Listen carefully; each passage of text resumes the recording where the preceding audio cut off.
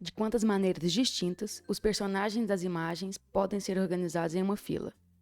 Considere os clones como elementos repetidos.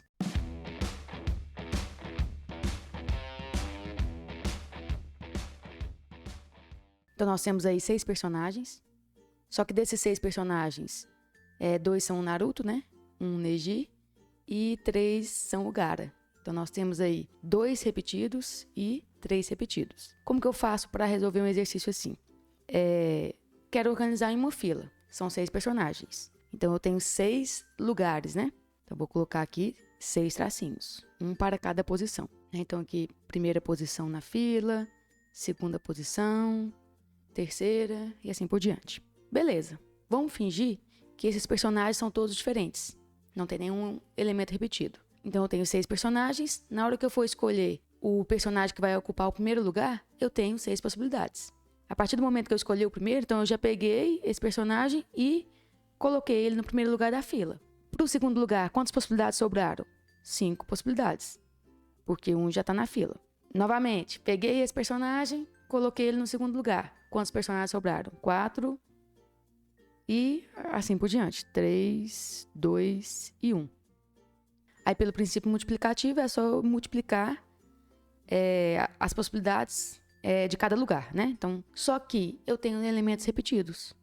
E, por exemplo, se eu mudar o Naruto com o Naruto de lugar, não vai fazer diferença. Então, eu vou ter que eliminar a permutação de 2 elementos, né? Por causa do Naruto. E permutação de 2 elementos, eu vou ter 2 elementos. Para o primeiro lugar, 2 possibilidades. Para o segundo, 1 possibilidade. Então, vou ter que vir aqui e dividir por 2 vezes 1. A mesma coisa vai acontecer com o Gaara.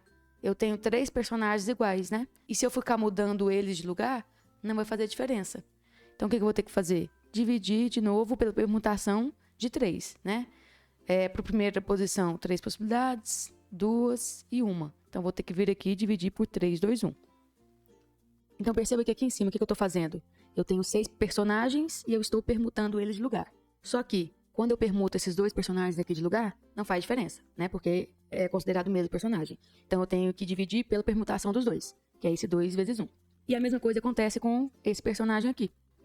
Vou ter que dividir pela permutação de 3 personagens, que é 3, 2 e 1.